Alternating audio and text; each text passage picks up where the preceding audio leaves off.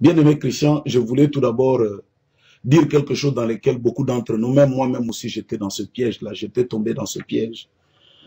Le piège-là, c'est quoi? Le piège, c'est simplement le piège de dire parfois de temps en temps, quand il y a quelque chose qui fly, ça sort dans la vie. Tu as entendu un tel frère a prêché et tu dis par exemple, non, je vais positionner mon église. Nous tous, moi je ne prêche pas d'aujourd'hui, je prêche depuis 91, ça dit 91, je suis pasteur. Donc nous étions dans cette histoire-là. Dès que tu entends quelqu'un dire un mot là-bas, tu prends directement. Et quand on te pose la question, tu dis, non, je suis en train de positionner mon église. Je suis en train de dire quelque chose pour pouvoir mettre de l'ordre dans mon église.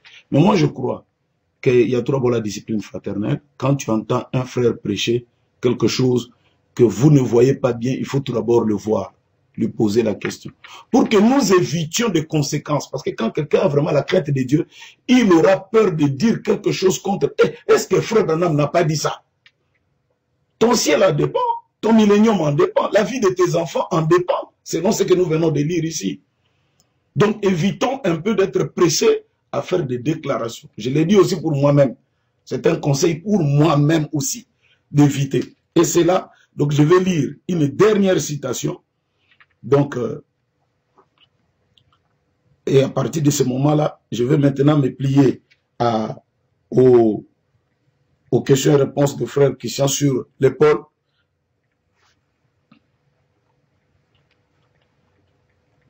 Et en ce moment-là, je crois que nous pourrions y revenir calmement. Et c'est ce que frère Branham nous donne comme conseil dans l'exposé des âges de l'Église. Le 7e âge, l'âge de Sardes, frère Branham dit ceci. Il dit, pourtant, permettez-moi de le lire, c'est un peu long, mais permettez-moi de le lire, parce que pour moi, c'est très important, cette chose ici. Nos attitudes, parfois de venir répondre à un frère du haut de la chair, à un ceci, parfois on dit que je veux positionner, parfois on dit, moi aussi, je le faisais, jusqu'à ce que j'ai lu cette citation ici, et j'ai arrêté de ne plus le faire. J'ai arrêté de ne plus le faire, parce qu'il y a des conséquences. Écoutez ce que frère Branham dit. Il dit ceci, en bas là, il dit, si jamais une époque s'est caractérisée par les ailes dénominationnelles, frère Christian, je vois que tu entends, il dit, c'est bien cette tragique période. Les paroles de Comenius s'appliquent bien à cette époque. Comenius écrivit, la seule chose nécessaire, il compare le monde à un labyrinthe, dont on peut trouver l'issue, dont on peut trouver la sortie, en abandonnant ce qui est inutile, et en choisissant la seule chose nécessaire. Christ, le grand nombre de docteurs, écoutez très bien cette citation, le grand nombre de docteurs, dit-il, est à l'origine de la foule des sectes, pour lesquelles il n'y a bientôt plus assez de noms. On aura bientôt même des Matembele Tabernacle, parce qu'on aura tout pris. Nouvelle naissance tabernacle, là-bas tel tabernacle, là-bas tel tabernacle. Bientôt, comme on aura tout épuisé dans le message, on n'aura plus de noms. À cause de qui? Des docteurs, des enseignants derrière la chaîne. La multiplicité des docteurs est devenue la cause de la naissance des églises.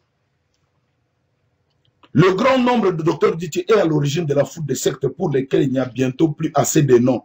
Chaque église se considère comme la vraie, ou tout au moins comme la partie la plus pure, la plus fidèle, et elles se persécutent mutuellement avec une haine implacable. Aucune réconciliation mutuelle n'est à espérer de leur part. À l'hostilité, elles répondent sur une hostilité. Sans réconciliation possible, à partir de la Bible, elles forgent leurs divers credos qui leur servent de fortification et de remparts derrière lesquels elles se retranchent et résistent à toute attaque. Je ne dirais pas que c'est profession de foi, car nous pouvons admettre qu'elles en sont, dans la plupart, sont mauvaises en elles-mêmes.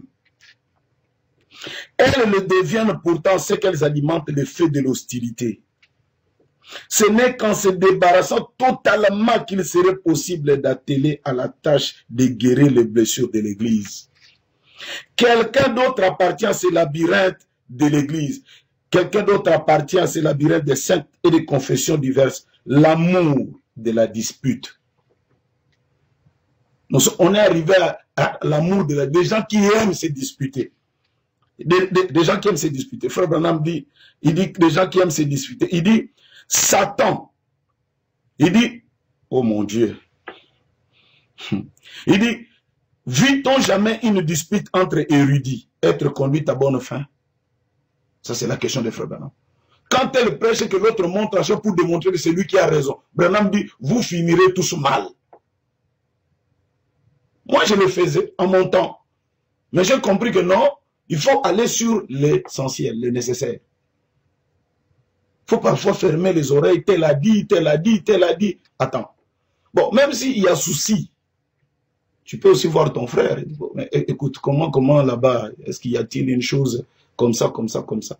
Peut-être que moi, je peux mal comprendre la citation. Toi, tu peux avoir la bonne compréhension. Tu peux m'aider. Je lis.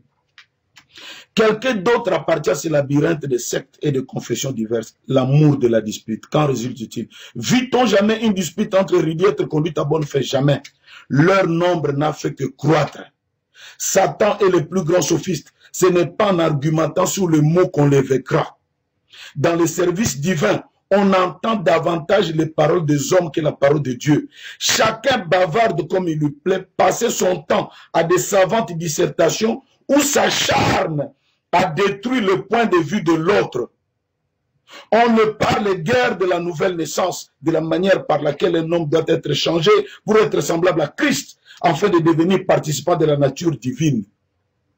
Frère Branham dit, à cause de ce genre de prédication, il dit, afin de devenir participant de la nature divine, 2 Pierre 1,4, du pouvoir que l'Église avait reçu par les clés, à cause de ce genre de discours, à cause de ce genre de service, à cause de ce genre de prédication, de ce discours-là, il dit, du pouvoir que l'Église avait reçu par les clés, il ne lui reste que celui de délier. Au lieu de lier les démons, nous allons maintenant délier les démons par notre prédication. C'est malheureux. Et quand nous nous jetons devant la face du monde avec ce genre de choses, vous allez voir les commentaires des gens. Des démons sont déliés dans leur vie. Dans leur langue, ils commencent à injurier les prédicateurs, des hommes de Dieu. Et parfois, la personne qui injurie, en âge, c'est un enfant.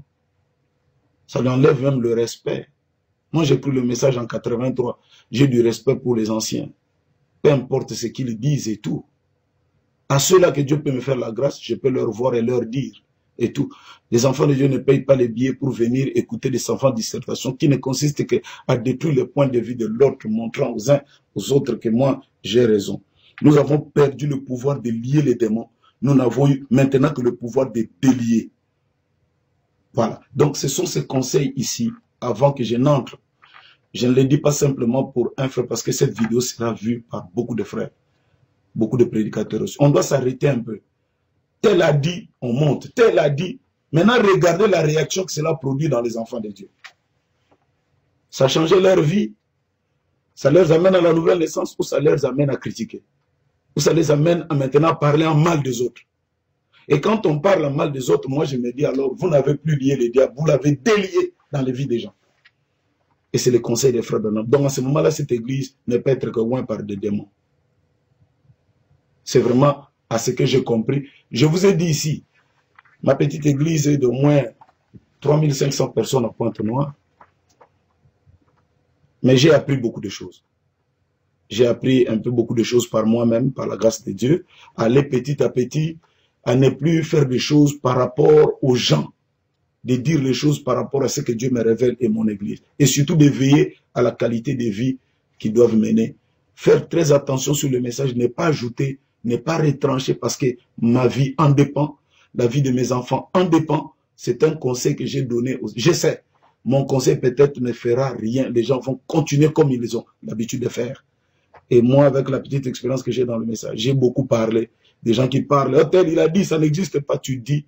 Et comme nous en avons l'habitude, les gens continuent à aller de l'avant, en cherchant toujours les erreurs, les erreurs, les erreurs. Et frère Branham dit, quand vous cherchez les erreurs, vous en trouverez beaucoup. Donc frère Christian, voilà un peu la petite intro. Maintenant, si tu as des questions sur la chose, donc l'épaule, nous allons y entrer. Si tu peux toujours poser sur la chose, donc l'épaule, nous allons y entrer. Tu peux toujours poser. Voilà, avant de laisser le révérend de faire la mise au point sur l'épaule. Nous avons suivi ce que le pasteur Life a donné. C'est au fait ça, c'est le problème fondamental que nous trouvons aujourd'hui parmi les enfants de Dieu. Nous les fidèles, nous voyons ça. Et heureusement, vous avez suivi le pasteur Life a dit que lui-même dans le passé était victime de ces choses. Ouais. Lorsqu'il entendait un prédicateur dire, il montait directement à la chair. Maintenant, l'impression que ça donne révérend, même si vous, le prédicateur du haut de la chair, vous ne mentionnez pas les noms des autres prédicateurs. Mais nous savons, oui. Quand vous prêchez, nous savons très bien, vous êtes en train de répondre à un tel prédicateur. Est-ce que c'est un peu brut de demander, est-ce que vous, les hommes de Dieu, les pentecôtistes ont fait ça à Kinshasa? Ils se sont retrouvés dans une colloque parce qu'ils voyaient tel autre à parler, celui-là monte à la télé, il réplique, l'autre monte à la télé, il réplique. Ils ont dit, allons quand même dans une conférence et ils ont pris une charte de décision pour dire, voilà, si un prédicateur part et que je vois que ça ne respecte pas les normes publiques, je vais aller le voir au lieu de monter sur ma chaise et détruire l'autre prédicateur. Est-ce que vous, à votre niveau, vous avez quand même la notoriété en tant qu'enfant de Dieu prédicateur, vous ne pouvez pas vous retrouver dans une conférence, dans une réunion, pour parler de ces problèmes fondamentaux qui vous détruisent en tant que prédicateur? Oui, ça nous détruit parce que, vous savez, même cette citation que je viens de lire, beaucoup de gens ne savent pas que ça existe. C'est la première fois que je lis. Donc, faire très attention, monter avec les arguments de l'autre derrière ta chair. Tu ne fais pas du bien à ce peuple-là. Tu leur détruis. Tu leur détruis. Et c'est très important. Et maintenant, vous allez voir seulement la réaction des gens. Quand les gens sortent là, ce n'est pas l'onction. Ce n'est pas l'onction. L'onction, c'est autre chose. L'onction change. Aaron a oublié, par oubli, par mégarde, le petit bois, le bois qu'il avait d'olivier. Et le lendemain matin, on a vu des chrysostomes, des fleurs qui sont sorties et tout par oubli. Et nous, quand on est dans cette présence, quand on sort, on commence maintenant à écrire des choses sur des réseaux sociaux. Donc ça veut dire, ça délie quelque chose, une puissance négative. Et je crois, on a eu des conférences, comme nous en avons habitué, de conventions sur des grandes choses, des grands thèmes. Dieu dans la chair humaine, le Fils de l'homme et tout. Il nous étend de parler un peu de ces petites choses. Vous savez, bien-aimé Christian, quand le grand Boaz devait choisir Ruth pour épouse, il n'a pas été attiré par la manière dont Ruth ramassait de gros tas, de grosses choses. Non. La Bible dit, Ruth ramassait les petites choses que les grands ouvriers avaient oubliées.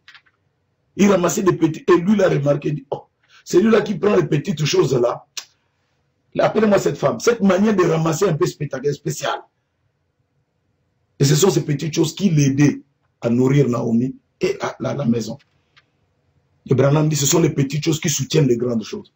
Savoir, bon, tel a prêché, qu'est-ce qu'il a dit? Avoir le courage parfois d'aller voir son frère, au lieu directement, parce que ça a des conséquences.